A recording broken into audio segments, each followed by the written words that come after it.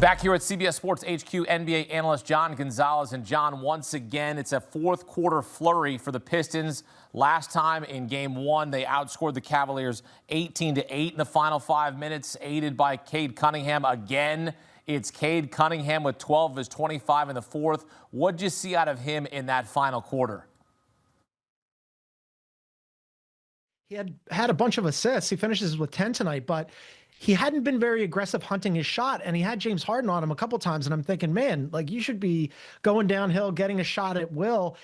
Going into the fourth quarter, Cade Cunningham had taken fewer shots than Tobias Harris, which I'm kind of okay with, I guess, but also fewer shots than Duncan Robinson and Dennis Jenkins, which I'm not okay with. And then he explodes in the fourth quarter, and he looks like the Cade Cunningham that has been phenomenal all postseason long, where finishes with 25 points and 10 assists. Super efficient scoring, gets the line 8 times as well, makes all 8 of his free throws, which was critical because they had missed some free throws in the game, and they had let the Cavs sort of creep back into it. But he was great in the fourth quarter. All the Pistons were really good. And I think conversely, the Cavs, you saw Donovan Mitchell have to do so much tonight, but the Cavs could not hit a shot, especially from deep. They were 0 for 11 from beyond the arc, and they shot just 22% overall in the game from 3, which is just not going to get it done. And you and I were talking about it a little bit. You got bad playoff James Harden tonight. He was brutal tonight. And the Pistons, 4 of 5 starters in double figures. And we talked about this pregame where it can't just be Cade Cunningham. You need the supporting cast to show up. Well, they did. Tobias Harris, great again tonight, 21 points. That's 7 straight games where he scored 20 or more. And then Duncan Robinson is finally finding his shot from deep. He had 5 threes tonight. So big team effort from the Pistons, and the opposite from the Cavs. Yeah, let's not forget about the guy you shouted out pregame, Dennis Jenkins, the youngster. He went for 14 points, 6 rebounds off the bench. Once again, a huge piece in that supporting cast. I mean, the keys to victory that you said pregame all sort of played out here, that the supporting cast for the Detroit Pistons stepped up. Cavaliers didn't have as many turnovers as they did in game one. They took better care of the basketball. Problem is James Harden not taking care of the basketball late. I mean, there was a situation where it was a 2-possession game, 30 seconds to play, huge turnover by James Harden. He now has more turnovers, 11, than field goals made, 9 in these 2 games in this series. This is not what Cavaliers fans were hoping for in a veteran like James Harden. They were hoping that he would be the Robin to Donovan Mitchell, who was awesome on this night. He missed some shots in the fourth, but he needs the supporting cast, and James Harden has not been that. No, he has not. And Cavaliers fans, as you mentioned, not happy with him. One of those Cavaliers fans on with us right now. I feel for you, because this is the James Harden that has been criticized over his career for not showing up in big moments, in big postseason games. And as you mentioned, they did a better job tonight, the Cavaliers did, of taking care of the ball. They actually had fewer turnovers than the Pistons did. They had 11. The Pistons had 13. Right there, you're thinking, okay, that should set them up for success.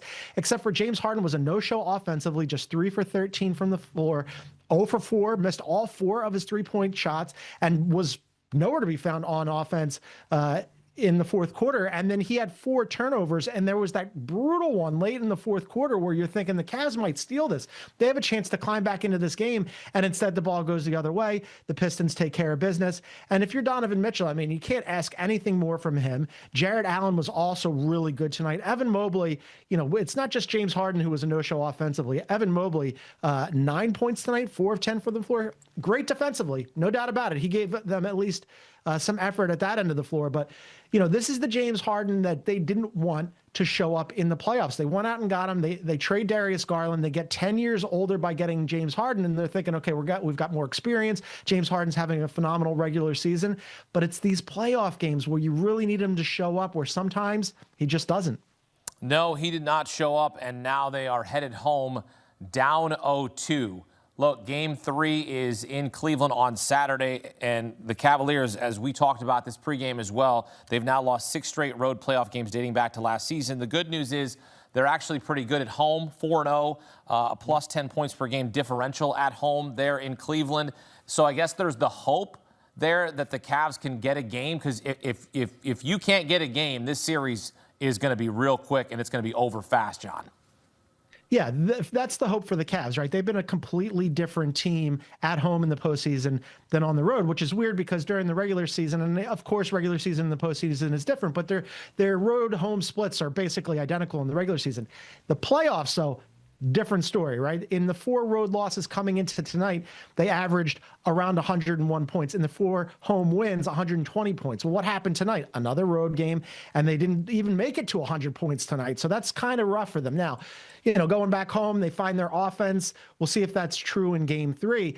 The one slight pause I'd have here, because it was true against the Raptors, but the Pistons are really playing well right now. I mean, they came out, they love to play through their defense. They've won 5 in a row since starting 3-1 or being down 3-1 against the Magic. Cade Cunningham is rolling.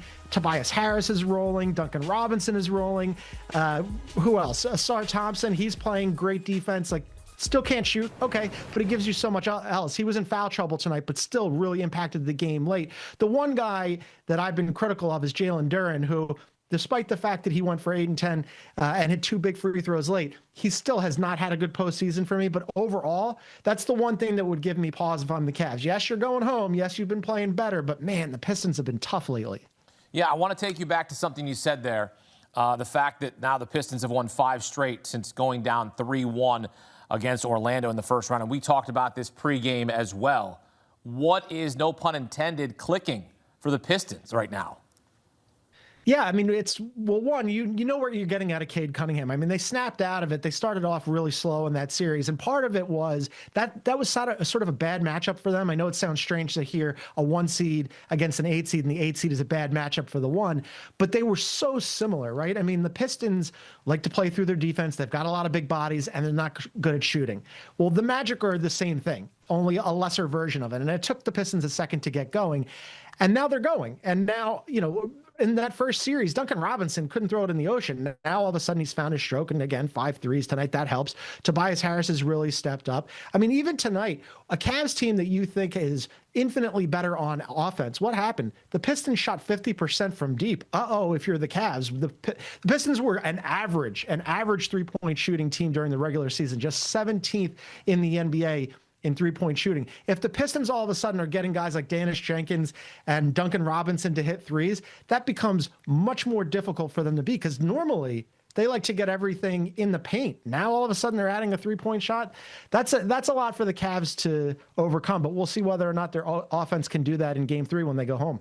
I will tell you that in 2016, I was very optimistic. Believe it or not, I was very positive. I was one of the few media members in Cleveland when the Cavs went down 3-1 to the Warriors in the NBA Finals. I said there's still a chance. I don't know that there's a chance now. I know they're down 0-2. It's only 2 games. They don't have LeBron James. They have James Harden. I know they have Donovan Mitchell, but I don't think they have the pieces, John. I think Detroit's too good. I think this will be over in 5. It really comes down to, they need 3 of their 4 guys every single night. And tonight they only had 2. Need Evan Mobley. Need those guys to Absolutely. step up. Because if not, the Pistons are just going to take the series, and they're going to be on to the Eastern Conference Finals. All right, John Gonzalez here with us on CBS Sports HQ, giving it to us straight. I appreciate you. So for the Pistons, how about this? They've won 5 straight home playoff games. So this young squad led by Cade Cunningham, J.B. Bickerstaff, former Cavaliers head coach, looking to stick it to the Cavs here in this series. The Pistons chasing their first East Finals appearance since 2008. Man, this has been a long time coming for Detroit. Now 2 wins away again. Game 3, the series shifting to Cleveland beginning on Saturday. Coming up, we'll relive the drama. Cavaliers stunk up the joint in the fourth quarter. 0 for 11 from beyond the arc. Cade Cunningham stepping up next.